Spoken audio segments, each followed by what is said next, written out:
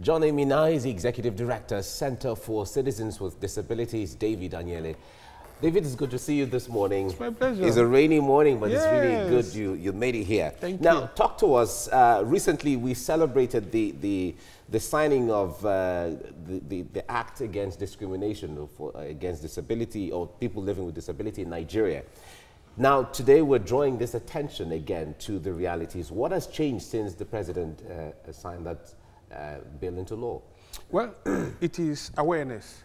It has triggered state response to disability issue. All state institutions, individuals who've come across people with disabilities across Nigeria are beginning to think about how they are going to operationalize this act, recognizing that over the years, our systems and process and procedures does not accept participation of people with disabilities. What President Muhammad Buhari has done is that he has, called attention of all to begin to change behavior, attitude towards people with disabilities. All right. How about those people living with disabilities? What's the level of consciousness for them to hold any organization or individual accountable when they fall short of the standard? It is the responsibility of all Nigerians, not just people with disabilities, for them to begin to look out, encourage organizations to respect the rights of people with disabilities. This sensitization is a sensitization of all Nigerians, both people with disabilities and people without disabilities. Because if you're a person without disability, you're not immune from getting disability. So all the efforts at increasing awareness, sensitization, change of behavior is the responsibility of all Nigerians. Yeah. Recognizing that people with disabilities, majority of them, lack access to education.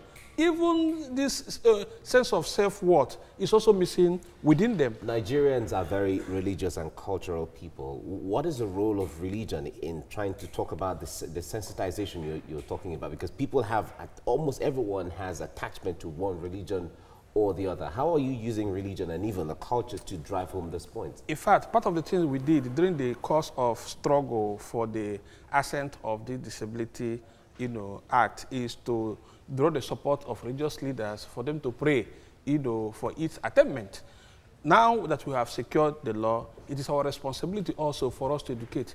Because the key challenge is that majority of Nigerians do not know what constitutes discrimination.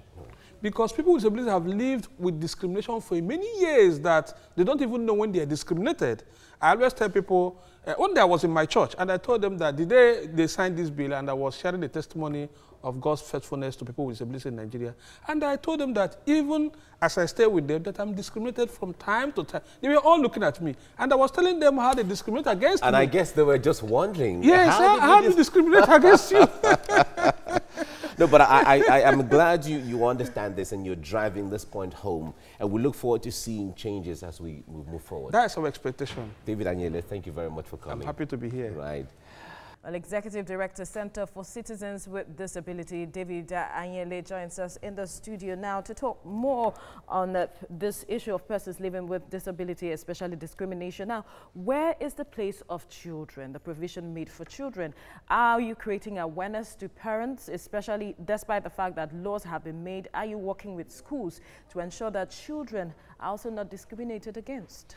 Of course, part of the major focus of this act that we have now is to ensure that children with disabilities have access to education, because observation shows from research that less than 5% of children with disabilities have access to education.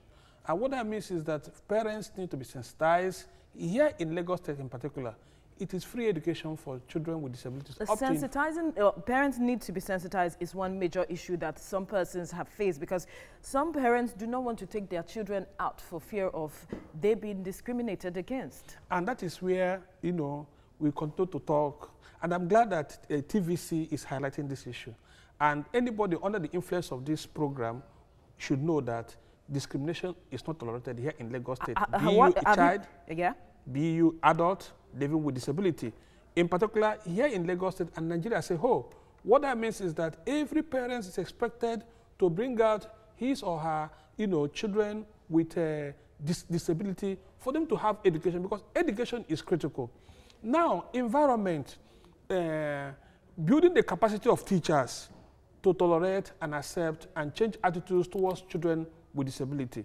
You know, this is attitude that have grown over the years since the foundation of this country, which stems from religious and cultural practices. So what that means is that we are going to, you know, do as much as possible to raise many awareness, build capacity of peer educators, build capacity of institutional educators, so that they can be able to understand and appreciate this. This will equally involve, you know, mainstreaming disability issues in curriculums, be it in social science, and that's also very important. Another aspect that the law seeks to address is ensuring 5% employment. Yeah. Now, before now, how has it been? And now that there is a law, how are you following up to ensure that this is, you know, adhered to?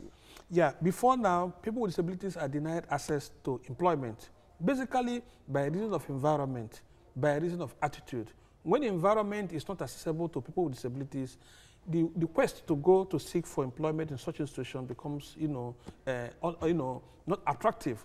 Where the attitude of individuals, be the management or staff of the organization that does not tolerate people with disabilities, is also a big issue.